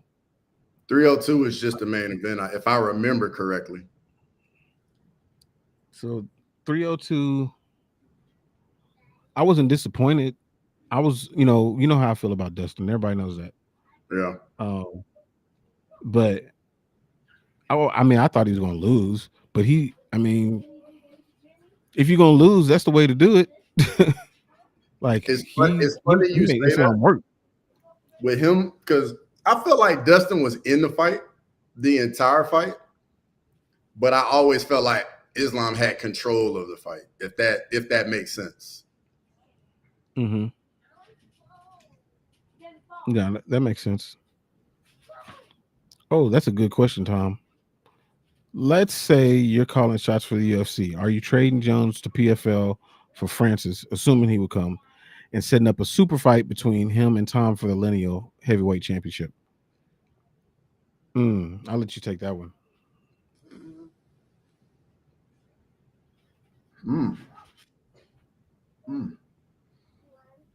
Bro, that's tough.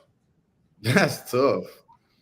I would say I would trade for Francis just because I know I'm guaranteed to get more than one fight out of Francis. Whereas with John, you're getting 2 fights max. Mm-hmm.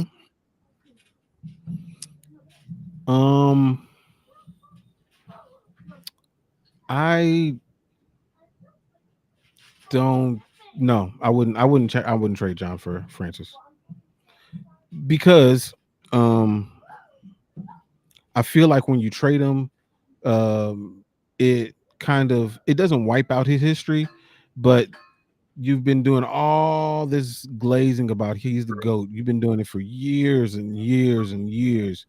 And then the person that you value the absolute most in the organization outside of Conor, and you trade him, like, I feel like you can't do it. You can't. Even if it's for Francis, even if it sets up a massive lineal championship fight between him and Tom. I feel like you can't do it.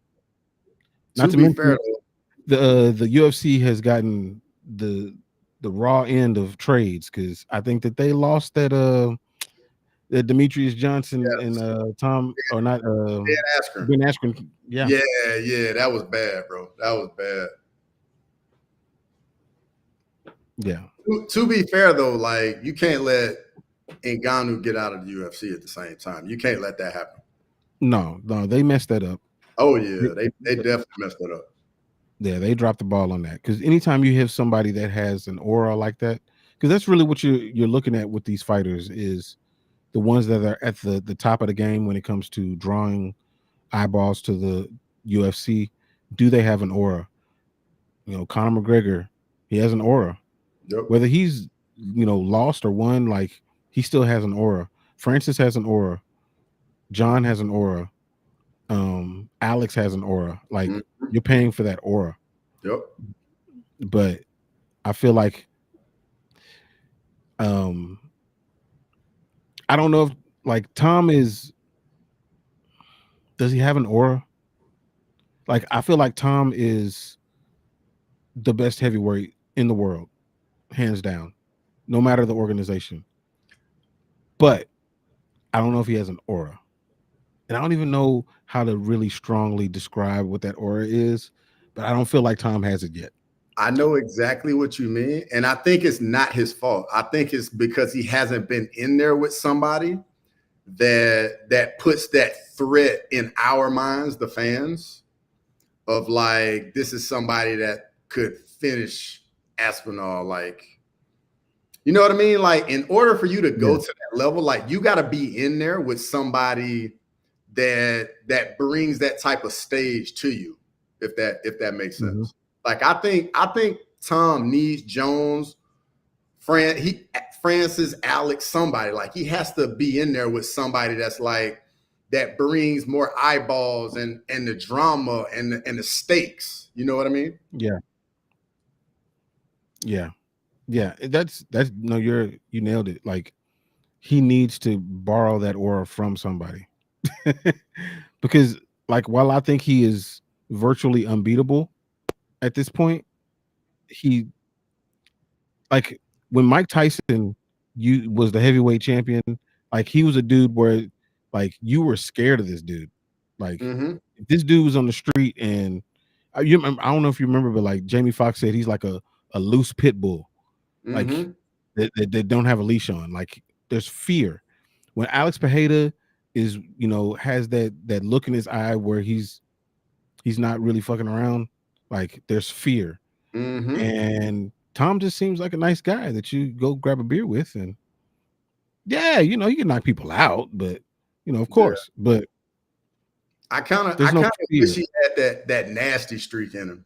Like I think that Yeah, would do I don't him see it. so good if he had that nasty streak in him. And I think he's starting to get a little bit of it now that he's starting to talk about John and Stipe now. But I Yeah, wish he had a little bit more of that nastiness to him. yeah, yeah. And I think that's what he's missing Mm-hmm. is that nastiness. Mm-hmm. And if he gets that, then we're in business. It's just he has to become an A side, and I just don't see it. I don't see it right now. Yeah. Walter said, "Will Alex lose his aura if he learns English?" Yes, 100%. Yeah, he can't. He's Can't learn learning English, but I'm like, don't speak it at all. At all. Don't speak. Of NOFC, what's up, bro? What's up, Leprechaun?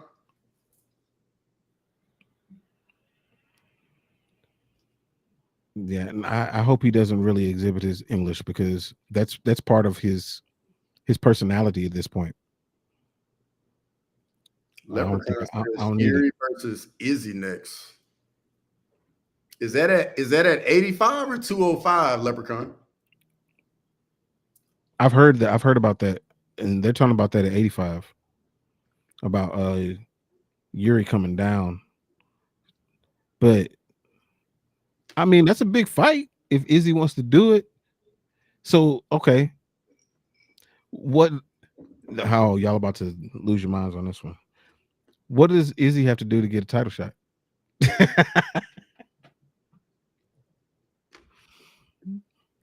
If Izzy wants a title shot, he need to go 205.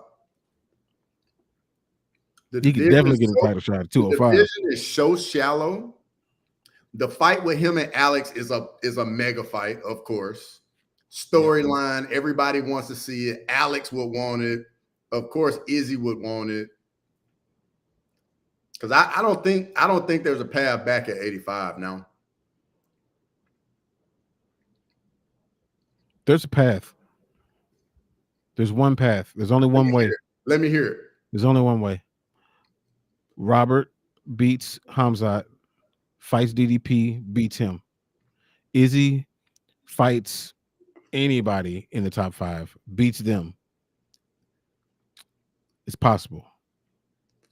Now, I don't think that it'll be one of those situations where we're coming back, having a live chat, and we're talking about it, and everybody's in the chat talking about he don't deserve it, which would be fair. But I can see them doing it because when it comes down to it, it's a business. And Izzy is top 3 earners in the company. So they're going to give him every opportunity. Keep in mind, Uriah Faber got 4 title shots and never won one of them. So I think that Izzy could probably find his way to another title shot if things feel right. But he needs somebody that he has either beaten, or he needs somebody as the champ who has beaten the others and has nobody else to fight.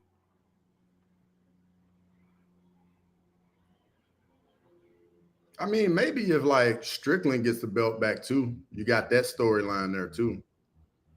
He would damn near need Izzy would damn near need Sean to call him out. Yeah, but I think Strickland might though. Maybe not now after he just lost again.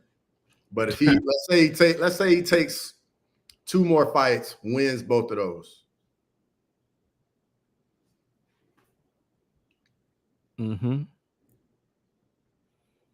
Because if Yuri, let's say Yuri came down and let's say Izzy knocks him out. You know, Yuri comes down, he can't take a punch, and Izzy knocks him out. And then, he fights whomever else. Like, I can definitely see them talking us into allowing. I say allow. I guess not in our hands, but talking us into a title fight for Izzy again. I could definitely see it. Could definitely. Dennis Bermudez was 0-3, 0-4 in title fights. Yeah, for sure. He was. Didn't work out for him either. I'm looking at middleweight. There's nobody for Izzy to fight though. Strickland's number 1, Izzy's 2, Whitaker's 3, Imavov's at 4, but he's got to fight. Cannonier's at 5, Vittori's at 6, Allen's fighting Imavov at 7, Costa, Hermanson, and Roman Delite. That's the top 10. There's nobody for him to fight. There's nobody. There's nobody there. Either he's already beat him, or it's not really even worth putting Izzy in there with him. Because for what? But these rankings are gonna change tomorrow though, because Borralho probably gonna be in the top 5. Yeah. Yeah. So what do you think? Do you think if they put, let's say Strickland got an injury and DDP wants to go ahead and fight now, and they're like, okay, Kai, let me put you in there, and he gets a title shot. Obviously, DDP is going to be heavily favored. But how do you think that fight goes?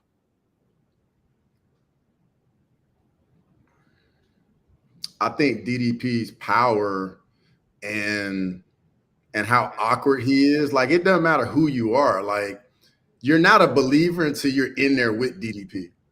Like, all the fighters that have fought him have gone in there thinking after like a round. I think Whitaker talked about in an interview. He said he was watching the Izzy fight and he could see it in Izzy's mind in the first round. He's like, this guy's slow. Like, I see everything coming. But then, like, over the fight, he gets a little closer to you, and he finally starts hitting you. And, dude, DDP's a dog. Like, just a dog. Yeah. And I definitely wasn't a believer, but seeing him in the Izzy fight made me a believer. Yeah, it's his mind and his perseverance. Those are intangibles that are hard to find. Mm-hmm. Hard to find. Tom said, but he's married to Megan O'Leary. Joseph Benavidez is the one that's married to Megan O'Leary. Yeah. That's a major W right there. Yeah. You can lose all those. Yeah, Joseph Benavidez fought Dominic Cruz and Demetrius Johnson for belts, and he was in the tournament against Ian McCall. So like he's fought some really tough dudes for belts, and it just didn't work out. And I wonder if his boys like ask him, "Would you rather won the title or get Megan O'Leary?" He gonna pick Megan every time. You know it. You know it. Yeah, got to. Izzy needs to retire before he goes down the path of Ferguson, Penn, Silva, and Aldo. I don't think he's going to go down that path. I think he'll call it quits before then. He's got other ventures that are successful, so I think that he'll step out when he needs to. Yeah, I agree. Nah, you're not an idiot, Tom. Not an idiot at all. Yushin Okami could beat African Air. Yushin Okami's not beating DDP. Not prime Yushin Okami, not beating DDP.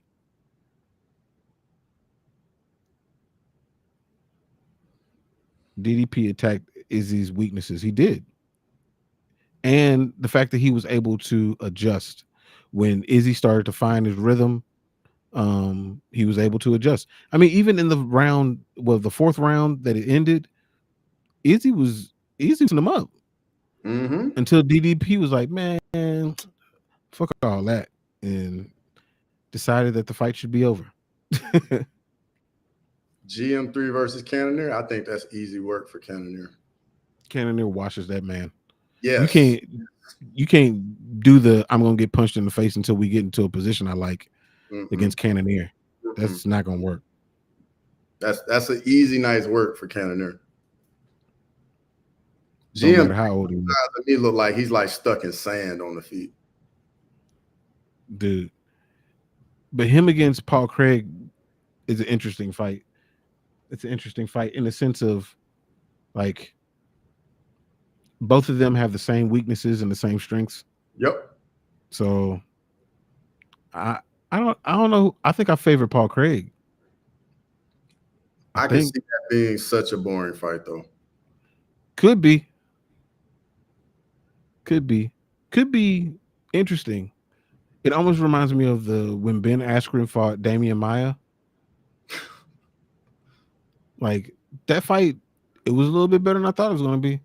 It wasn't great, but it was a little bit better than I thought. This GM3 submits Cannonier with mounted Gogo Plata at 450 the third round. Just saying. If he submitted him with a mounted Gogo Plata, that would be amazing.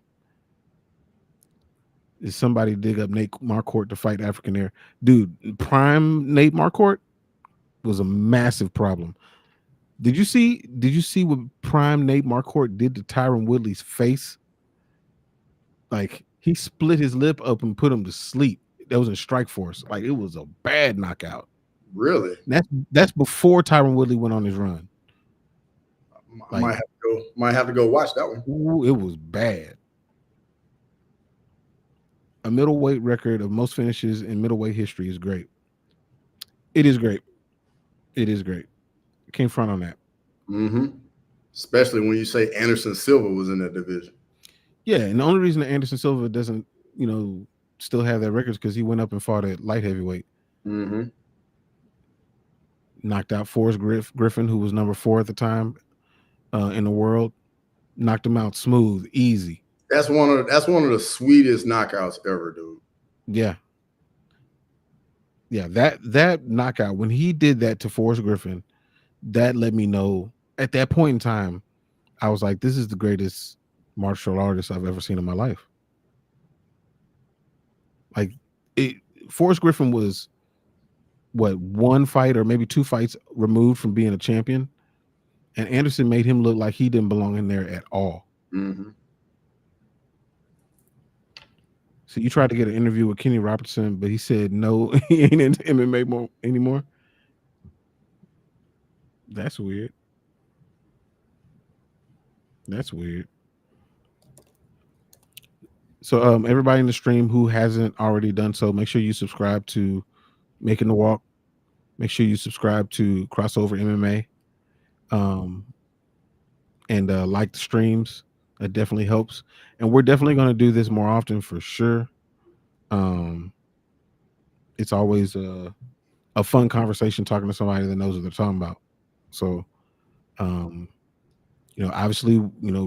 got the things with Frankie. I know Crossover does his videos, and he's got a stream coming up tomorrow. Frankie's streaming tomorrow. ITP streaming tomorrow. Docs is probably streaming tomorrow. So there's a ton of places to go and catch some streams. Make sure y'all do that. But I think we'll stick around for maybe, I think I got another 14 or so minutes left in me. I'm good with that. Cool. Silva versus Hendo was 205 or no? Let me see. I feel like it wasn't 205, but I don't.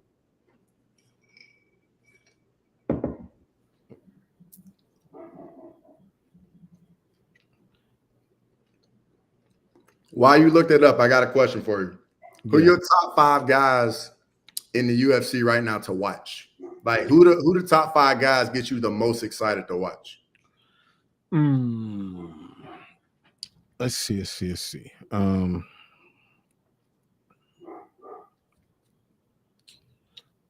Top 5 to watch.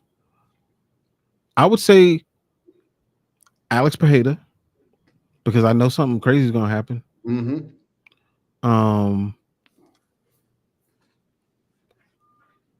Max Holloway.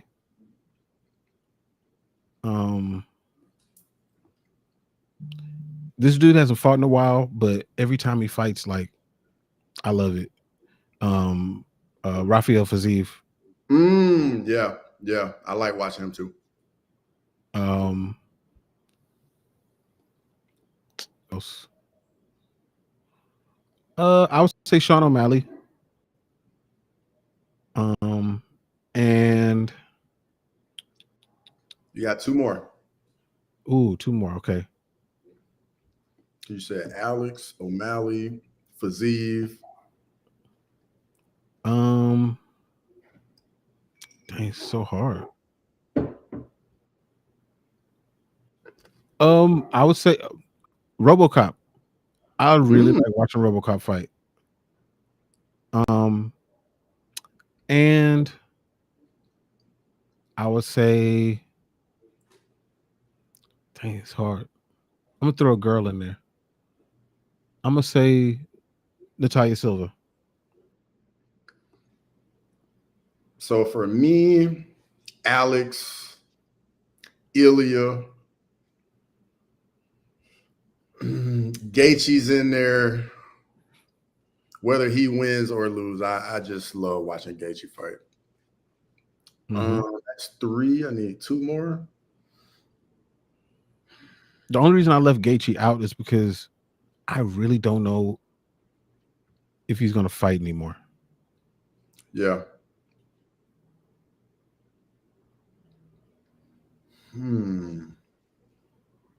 Oh, you know what? I'll take out Silva and throw in Charles Oliveira. Yeah, that's who I was thinking of. Gotta put Charles Oliveira in. And my next 2 was I was gonna say Oliveira and Hamzat for me. Yeah, Hamzat is, when does that motherfucker fight? Exactly. So Maxwell said no grappler love. Dude, so if it's a grappler with finishing instinct, then like when Habib was doing his thing, and like his grappling was violent. Like that's what made it dope. Hamzat, he has violent grappling. A lot of these grapplers now, they're taking each other down and advancing position to position, and that's cool, but it's not as exciting. It's necessary.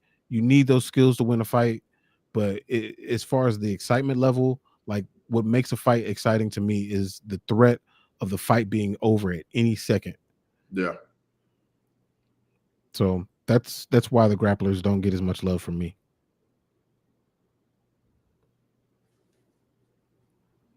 So you missed watching Adesanya fight when he was gone, though. Yeah, I did. So when it comes to certain fighters that you know how it like when there's a fighter that you really resonate with or you identify with for whatever reason, when the fight comes on, your heart starts racing and you're like, Mhm. nervous for him. Yep. Adesanya is one of those fighters. That's one of those fighters for me. And yeah, when he came in, he was fighting and doing well. Like, I mean, I was excited when things start going the other way. Like, I was like, I'm Yep. about to turn this shit off. I know exactly what you mean, bro. I'm like that when Alex fight and Hamzat fight, bro. Like for whatever reason, bro, I'd be so Yeah. nervous. Yeah. I used to be that way with Anderson fought. Like Anderson, big time. Anytime Anderson fought. I'm that way when John Jones fights. For everything that everybody says about John Jones, and I agree with a lot of it, when it comes to when that cage door closes, like that's my guy. Now, when he leaves that cage, that ain't my guy. I don't know who that is. Yeah. But inside that cage, that's my guy.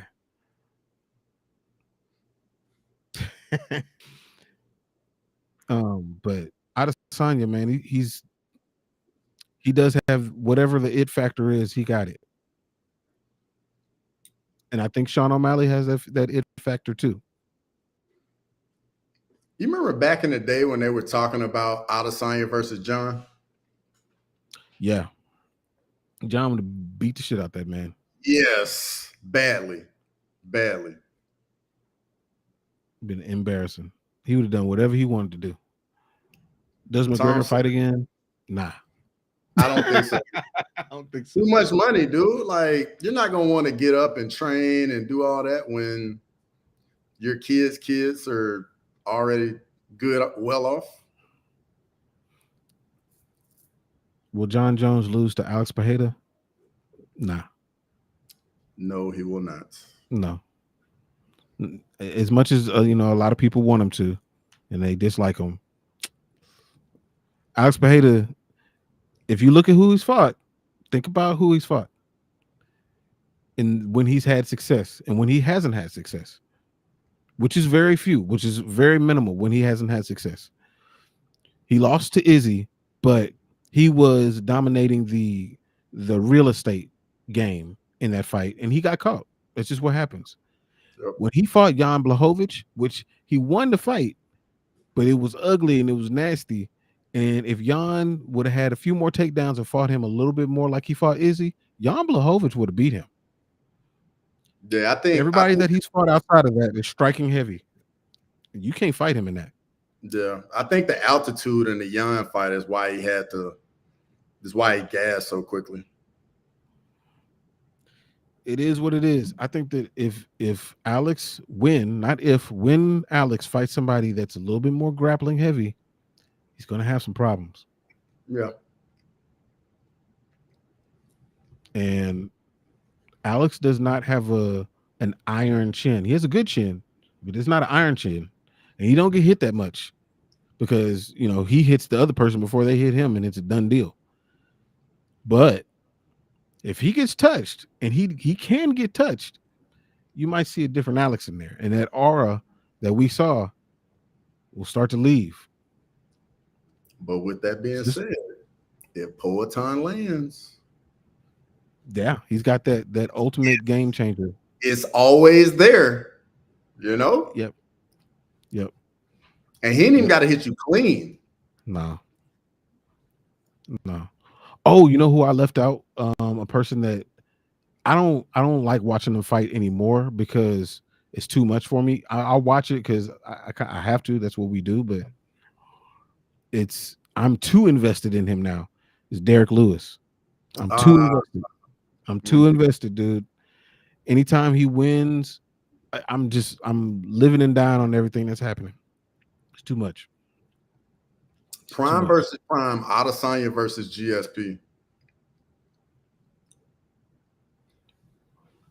Adesanya wins. Too big? I think I think GSP has trouble taking him down consistently. He'll get him down, but he won't get him down consistently.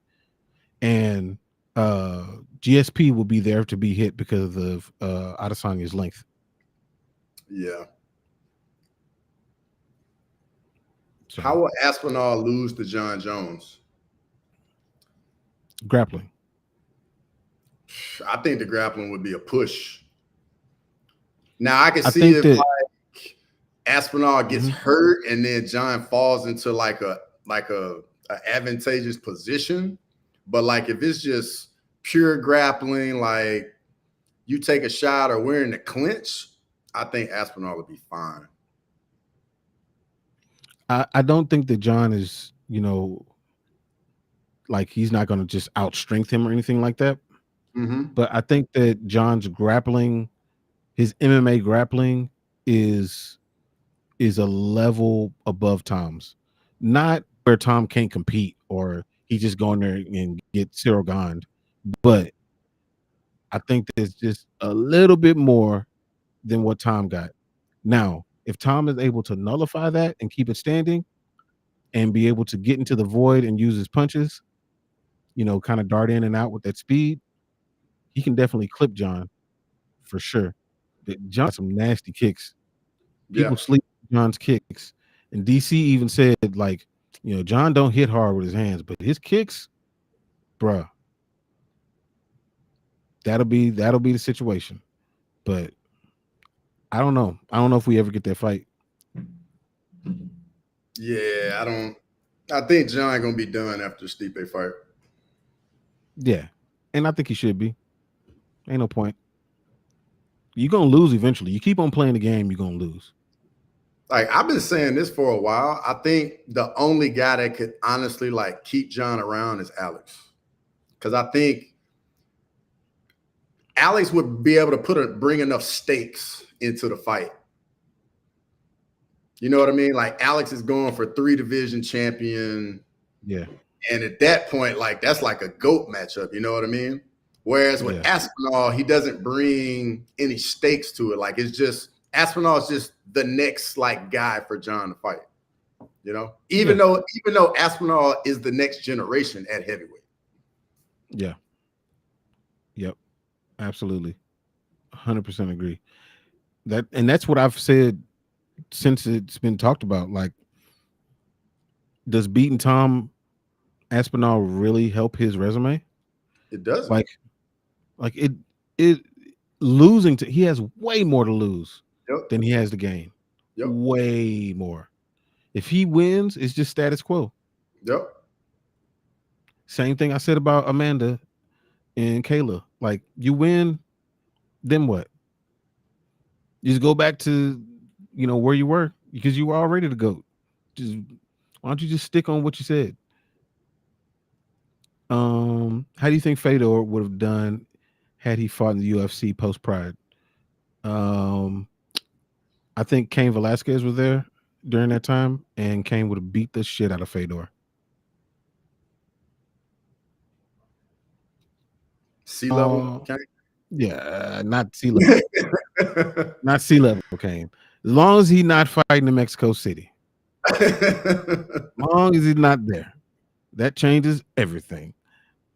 Aspinall would get the teep to his knee from John and blow his ACL, MCL, BBL.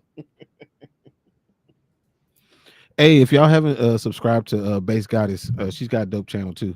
So make sure y'all jump over there and subscribe to her. Yeah, sure. I have to go over there myself. Yeah, but John's gonna have to pull out. He would have to pull out all the stops to beat Tom, though. I would say that if they were to match up right now, this is old John. If they were to match up right now, like he's got to pull out everything. He's got to. I need finger pokes. You're gonna have to get at least a groin shot and a half. You're gonna have to grab the fence. Like, you're gonna have to do everything. All the cheating that you can do, you're gonna have to do that. Because you can't. And plus, the other thing about Tom is, how long have we seen Tom fighting? In a 5-round fight. He's going to the second round. We haven't. He's going to the second round. That's it. if John gets past, it's the same thing that people say about Hamzat. If John gets past that first whirlwind, then we're in uncharted waters. We don't know what Tom is later on. Yep. So with the Let's MLB, see. NFL, and NBA players getting 49, 51% of the profit, do you guys have any thoughts on UFC fighters getting an estimated 15, 20%? I'll let you go first on this one. I feel I got some on this, but you can go ahead. Yeah.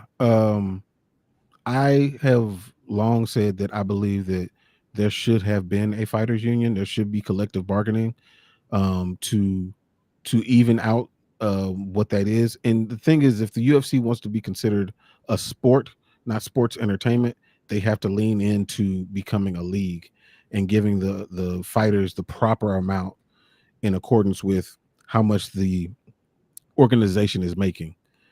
Show them the balance sheet and be transparent with them when it comes to advertising and other ways to make money even outside of the cage. It's not fair. We all know that, and the UFC needs to fess up to that and do right by the fighters for sure. So I think it should definitely be a half and half. I mean, even if it ain't half and half, even the 60-40, it would be a massive improvement. And they should have a collective bargaining time period that they do every so often, every 3 to 5 years. I couldn't agree more with you on that. And unfortunately, I think in order for us to get to that point, I don't think the fans would like what it would take, because ultimately it would take the fighters striking and forming a union. That's literally the only way it will get there. Or this lawsuit that this judge just gave back to the lawyers. Like, the fighters got to come together and be like, hey, like, a couple of us are going to sacrifice today, so the fighters of tomorrow will be in a much better position. Because that's what happened in the other sports. You know what I mean? Yep. So the fans won't like that at all when it's actually taking place. But I think the end result would put the sport in a better place. Absolutely. I think that Tom is right. The UFC did a great job of preventing unions by doing what they did, and they create these adversarial situations between not only fighters but between gyms, so that they can't come together. So just like Rick said, it isn't going to happen just because they can't come together. But it's been done even in individual based sports like tennis. Tennis has done it. It can if happen. Tennis did it, it can happen.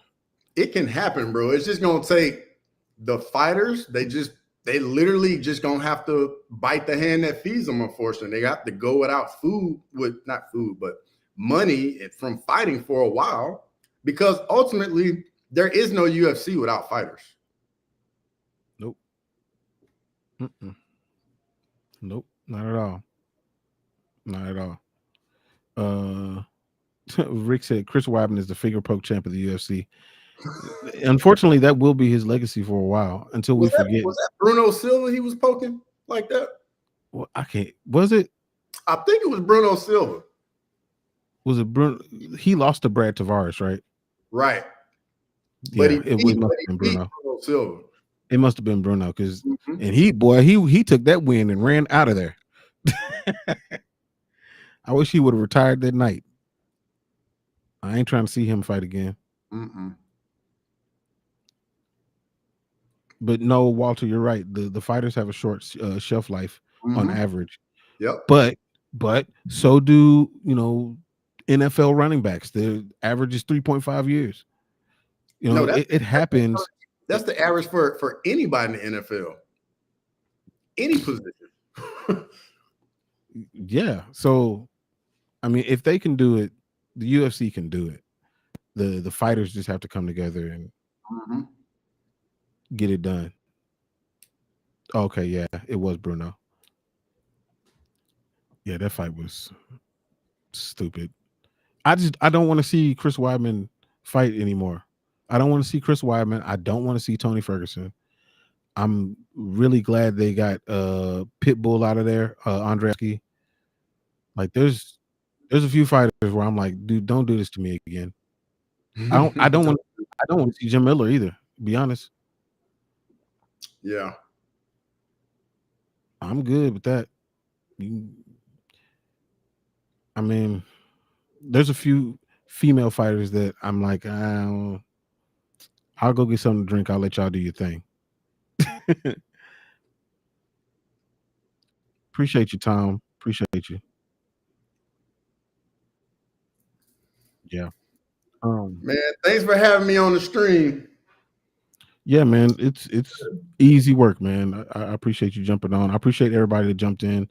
Like I said, if y'all haven't subbed to all of the people that I mentioned, make sure you go and do so. Check out the videos too. Got a lot of content. What was the last video? The last video for you was a recap of That weekend. Yep. I dropped it today. Cool. The last video I did was about the flyweight division. I go through the flyweight division and give you my thoughts on it. So make sure y'all go and check those out. But yeah, man, jump into our socials and all that good stuff. But yeah, until next time, we will catch up with y'all. See you, everybody. Appreciate it.